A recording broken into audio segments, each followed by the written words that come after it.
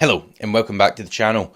Today I'm going to talk about the Forbidden Honda. Those of you who watch this channel quite routinely will know that I do often recommend Hondas. They are, I believe, some of the best engineered, most reliable cars on the road. However, there is one car in particular that is honestly not worthy of that Honda H badge on the front of it, and that's exactly what we're going to discuss.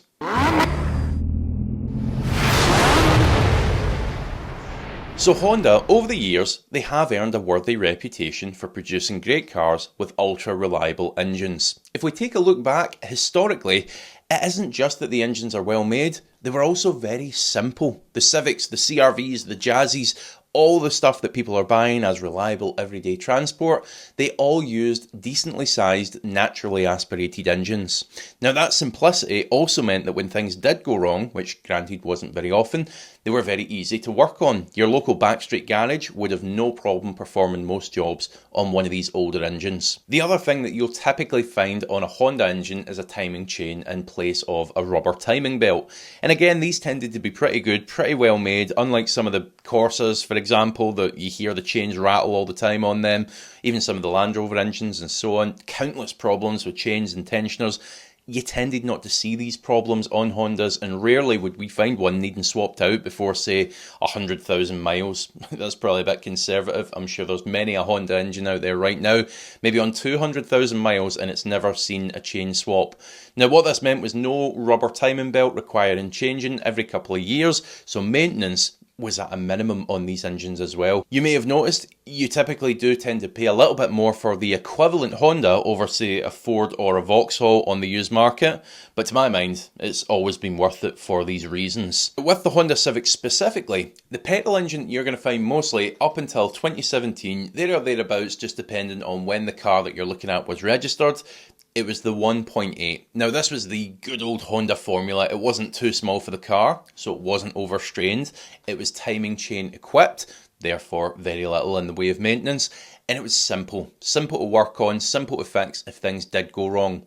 These were built to last, and they really did. Now in 2017, Honda introduced the 10th generation Civic, and due to ever-increasing emission standards, that dependable old 1.8 was replaced with a new 1-litre 3-cylinder engine. Now in theory, this little 1-litre turbocharged engine, it should have been quite good. It promised better fuel economy, better performance, lower tax, and it was able to hit the more stringent emission standards that were coming out at the time. Now, Honda were not alone in having to shake up all the engines that they were fitting to their cars with these new standards. Every manufacturer was in the same boat. And unfortunately, one of the new technologies they were resorting to was the wet timing belt. Now, this is where the rubber timing belt is submerged in the engine oil. It's a terrible design because rubber and hot oil, well, they go together like Trump and Greta. The belts start to break up, they clog the engine, often with a terminal outcome. So Honda had gone from the ultra dependable, decently sized, easy to work on, timing chain equipped engine to this really rather small 1-litre 3-cylinder with a wet belt setup. Now, where I believe this idea to use a wet belt for timing might have come from was VW. They weren't using it for timing, but they'd been using a wet belt for years to drive the oil pumps of their cars with decent success. You're probably not even aware of that. You might even own one of those cars, and the reason that you're not aware of it is, well, typically they tend to be okay.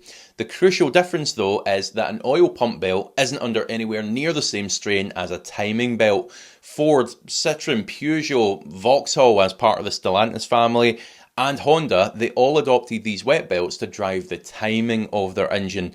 And that right there, that may well be the biggest engine-related blunder of the last decade. Now, what happens specifically on these Hondas, because it's different depending on which wet belt engine you're looking at, what happens on these Hondas is the particles from the belt get fed through the engine and the engine oil. If you get lucky, it might just knacker the turbo. You replace the turbo and you're good to go again, give everything a good thorough clean out.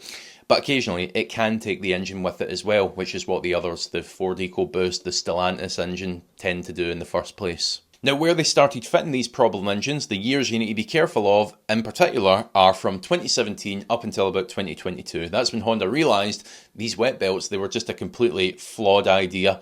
Remember, you might find some later registrations out with those years, so the big takeaway here is any Civic in the UK that's got that 1 litre engine, that 1 litre 3-cylinder, That's the culprit. Be very careful if you are thinking about buying one of them. Honestly, just go off and buy something else. The only other car that you're likely to see using a 1 litre was the Honda Insight, but that was an import, so they're going to be pretty few and far between. The danger of these cars is if we have a look at the market, they do seem like a complete bargain. Take a look at this. So if we're looking for a Honda, I'll just put the engine size in because there's really only one car that's going to appear with this 1 litre engine. Certainly for us here in the UK anyway. And right away, you can see my point. So here's one, a private seller, 109,000 miles, 2017 car, £6,000. Looks good as well, red, nice colour. It looks like an absolute bargain is my point here.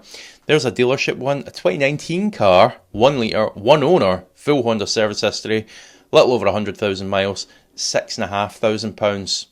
So bear that in mind. If we swap now, if we no longer do the 1 litre and we go for the alternative, which we could make, well, let's see, the diesel. So we go for a diesel Civic and we'll go from year 2019, just so we get a comparison with that dealership car and get a look at this. What are we finding? So, first dealership car we've got, Cat S's, Cat M, we don't want them. First dealership car that shows up as a 2019 on similar mileage, you're talking 7.7. What we got here, 8,000. So my point here is the 1 litres, they do look like absolute bargains if you're looking to buy a Honda Civic, especially if you've got that predisposition that, well, all Hondas are reliable, aren't they? Yeah. Now, as to whether Honda will help you out with a problem engine, if you are to buy one of these and get caught out, well, don't bet all your chips on it. You've probably dealt with enough big companies to know what the outcome's going to be like. But let me give you a bit of insight here. I've had a letter forwarded to me. This is from someone who was having to replace their 1 litre. The local Honda garage determined it was a direct result, a direct failure of the wet timing belt giving up the ghost. This is what Honda UK had to say about it. Dear Mr. Smith, not his real name, thank you for contacting Honda UK. Naturally, as a manufacturer, we pride ourselves on our well-known reputation for reliability. So, we're very sorry to learn about your concerns regarding the engine of your 2018 Honda Civic with registration number. I'll leave that out. Since receiving your case, I've investigated further with Honda, your local Honda garage, as well as the relevant departments within Honda UK. As the vehicle is outside of the manufacturer's warranty and is not warranted by the extended guarantee, we are under no obligation to offer any financial support.